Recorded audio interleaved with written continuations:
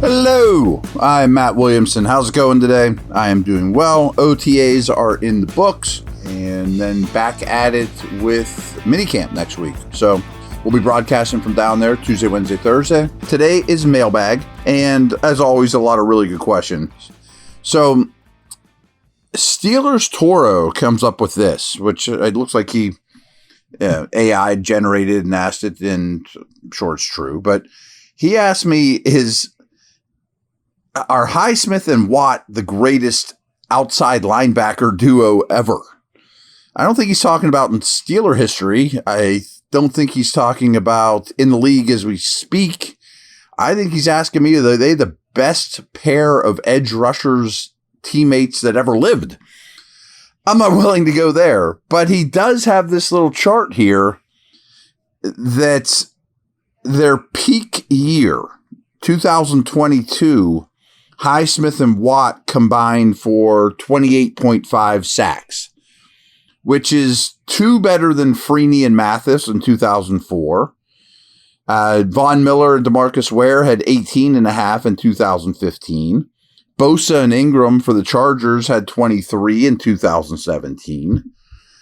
So I see where you're coming from. I mean, that's a pretty darn good pairing, which I've been telling you, and I think all of you know anyway, that Highsmith and Watt are an elite pairing. But I'm not going to go there. I mean, the best set of edge rushers ever on a team together, I just can't go there. Now, where I wanted to take this, though, is are they the best pair in the league right now? And I don't think Crosby, Bosa, Parsons, Garrett have anyone like Highsmith on the other side. So they don't have a Robin to their Batman that is comparable. But the one pairing that I would say, and I'm kind of just taking your question in a different direction, I think the Texans with Will Anderson and Danielle Hunter is a better pair right now. It's close. Like, I would take Watt over both those guys, but not by leaps and bounds.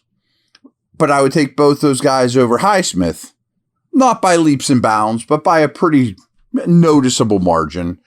And Will Anderson, to me, is rocketing up this list of edge rushers. And to me, Hunter is already in that tier 2 behind those other guys I mentioned. So they might have 2 strong tier 2 edge guys in Houston, where the Steelers have a tier 1 and a tier 3. Which would you rather have? I guess we could debate that. I would slightly prefer the Texans. What's another conversation that's dawning on me, and I don't even know off the top of my head, but what if we were to rate Steeler edge rushers, and I say that because I want to include like L.C. Greenwood and Dwight White when they were a true 4-3 all time. I don't think I'm going to get any argument that Watt is number 1 ever. Like, he's their best edge defender in Steelers history. I'm curious what you guys think about number 2 and number 3. Now, Kevin Green is certainly in the conversation, but I think you can only evaluate or count his time in a Steeler uniform. So all these to me are, how good were they? Longevity, I'm not going to make a big deal out of. How good were they in a Steelers uniform? And maybe we'll do a podcast during the slow time along those lines, ranking some all-time Steeler positions, things like that.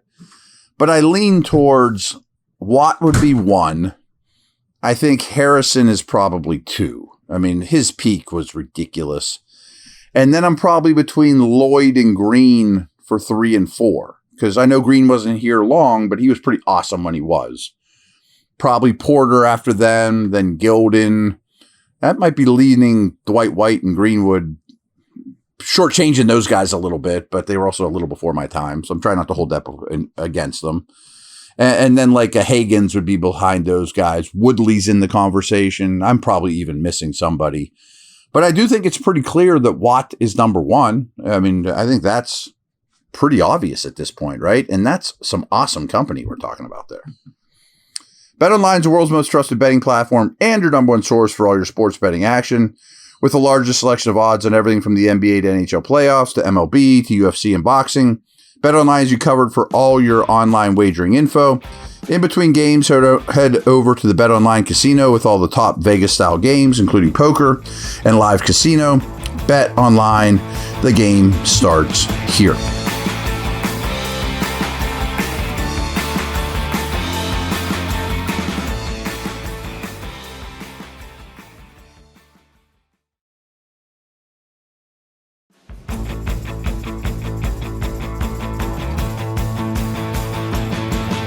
Great friend of the show, Jagersburg, asked, should Austin be extended?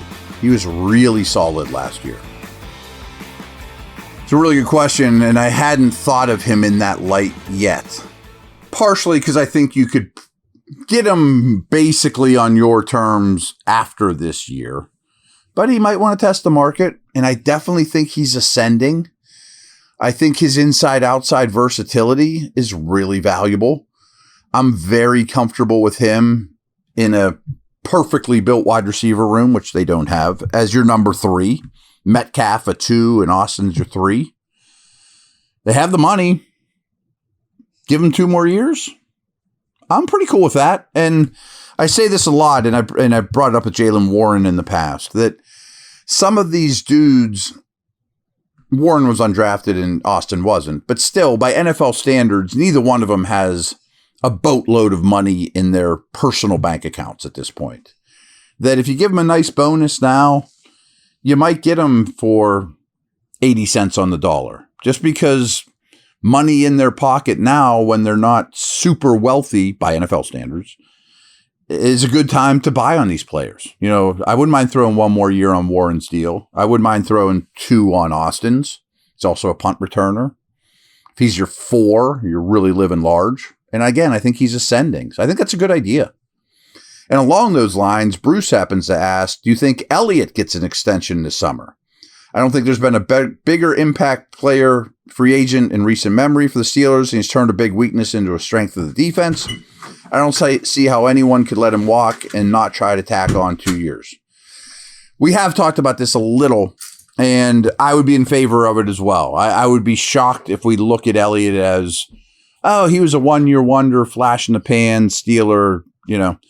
Safeties aren't the hardest position to find in free agency, and I don't think negotiations would be particularly difficult with him after this year.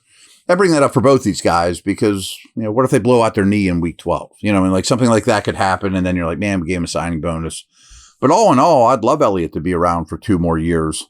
Maybe even do the same with Thornhill if he's impressive this year, but we can't go down that road yet. You haven't even seen him in black and gold, of course. But no, you have this money.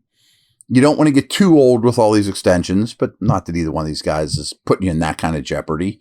But I'd love to eliminate some off-season needs for next year now because I want to use a lot of my draft capital on a quarterback.